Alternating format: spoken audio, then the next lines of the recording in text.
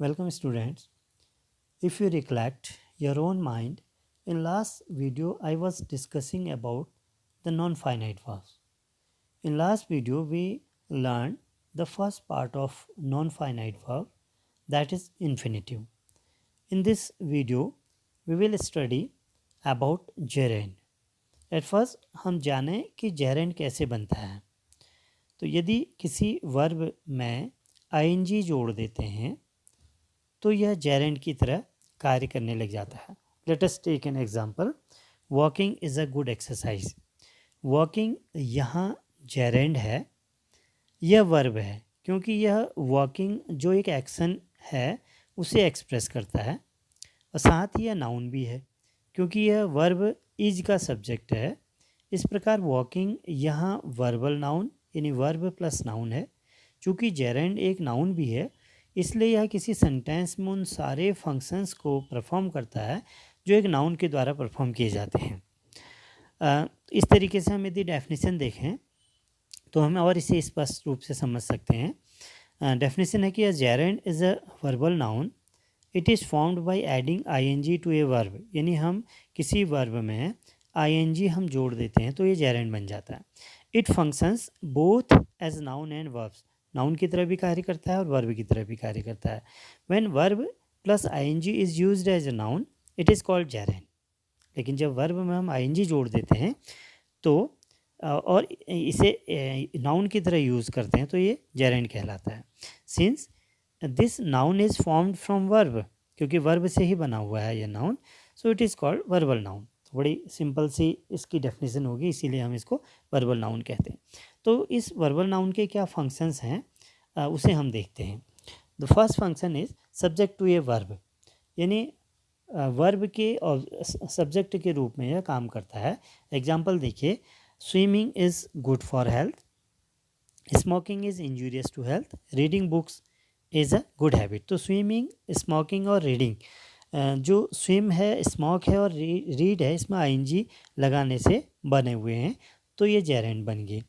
और साथ ही जो स्विमिंग है, स्मोकिंग और रीडिंग है, यह वर्ब इज के सब्जेक्ट हैं तो इसलिए यह वर्ब के सब्जेक्ट के रूप में कार्य करते हैं. नेक्स्ट एग्जांपल देखते हैं. यह वर्ब के ऑब्जेक्ट के रूप में भी काम करते हैं. Object to a verb. Example देखिए. I like listening to music. He admitted taking a bribe. तो यहाँ पर आप देखेंगे लिसनिंग और टेकिंग क्रमशः वर्ब जो लाइक और एडमिटेड है उसके ऑब्जेक्ट हैं तो यह वर्ब के ऑब्जेक्ट के रूप में भी काम करता है. Next, complement to a verb. यानी वर्ब के कॉम्प्लीमेंट यानी पूरक के रूप में काम करता है. जैसे my hobby is painting. His habit is quarrelling. His habit was quarrelling. तो यहाँ पर पेंटिंग और क्वेरलिंग देख रहे हैं, वो वर्ब इज़ और वॉज के कॉम्प्लीमेंट है. माई हॉबी इज़ पेंटिंग, इज़ और वॉज, पेंटिंग और क्वेरलिंग आया है, आईएनजी जुड़ा हुआ है तो यह कॉम्प्लीमेंट के रूप में आए हुए हैं. नेक्स्ट है ऑब्जेक्ट टू ए प्रपोजिशन. तो एग्जाम्पल के थ्रू समझें. I am fond of collecting stamps. He is good at driving. She was fine for coming late. तो यहाँ पर फर्स्ट सेंटेंस में ऑफ, सेकंड में एट और थर्ड में फॉर, ये हमारे प्रपोजिशन आए हैं. और इन प्रपोजिशन के तुरंत बाद कलेक्टिंग, ड्राइविंग और कमिंग ये जेरेंड आए हुए हैं. तो यहाँ पर ध्यान देने की बात है कि जब वर्ब किसी प्रपोजिशन के तुरंत बाद आता है कोई वर्ब तो वह जेरेंड फॉर्म में ही प्रयुक्त की जाती है. तो यहाँ पर इसलिए कलेक्ट में आईएनजी, ड्राइव में आईएनजी और कम में आईएनजी जोड़ करके इसको हमने जेरेंड बना दिया गया है. तो इस तरीके से यह प्रपोजिशन के ऑब्जेक्ट के रूप में भी आते हैं. आगे कुछ और इसके यूजेज हैं. पहला यूज़ है कि जेरेंड प्रोविशन, जो शॉर्ट प्रोविशन होते हैं, निषेध होते हैं, उनके रूप में भी प्रयुक्त किए जाते हैं. जैसे आपने बहुत जगह देखा हुआ लिखा हुआ स्टॉप स्मोकिंग, स्मोक निषेध है या धूम्रपान निषेध है. No parking, no shouting, no speeding. आप देख रहे हैं कि स्मोक में आईएनजी जोड़ दिया, पार्क में आईएनजी जोड़ करके ये सारे जेरेंड बना दिए और इसका इस्तेमाल ऐसे ही हम करते हैं. नेक्स्ट, एक और बात यहाँ पर देखने की है, इन्फिनेटिव भी एक वर्बल नाउन है।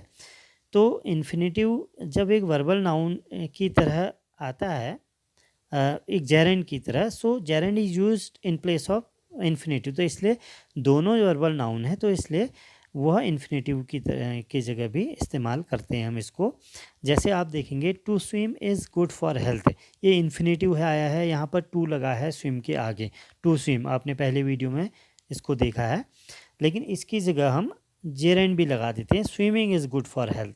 अब फर्स्ट में आपने टू स्विम लगाया रखा है, इन्फिनेटिव बनाया है, लेकिन इसको हमें जेरेंड भी इस्तेमाल कर रहे हैं क्योंकि दोनों वर्बल नाउन है, इसलिए हम इसका जेरेंड इन्फिनेटिव और जेरेंड की तरह इस्तेमाल करते हैं।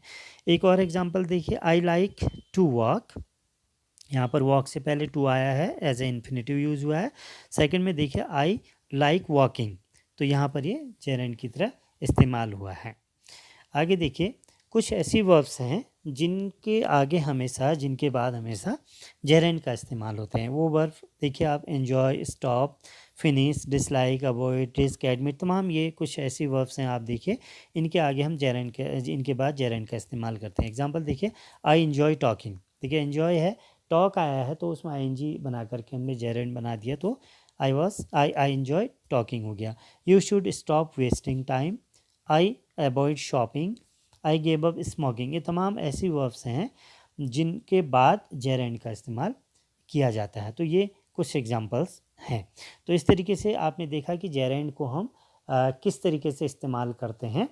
और इससे पहले आपने इन्फिनेटिव्स पढ़ा था, नॉन फाइनाइट के अंदर दोनों पार्ट्स को आपने स्टडी किया।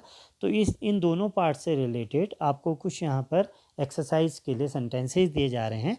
तो आपको इन दोनों को स्टडी करते हुए इनको फिलअप करना है कि कहाँ पर इन्फिनेटिव यूज़ होगा और कहाँ पर जेरेंड यूज़ होगा, क्योंकि आप दोनों के बारे में बहुत अच्छी तरीके से समझ चुके हैं। तो नेक्स्ट पार्ट एक और बचा हुआ है इसका, पार्टिसिपल के बारे में, थोड़ा लेंदी है, इसलिए इसको हम अगली वीडियो में डिस्कस करेंगे।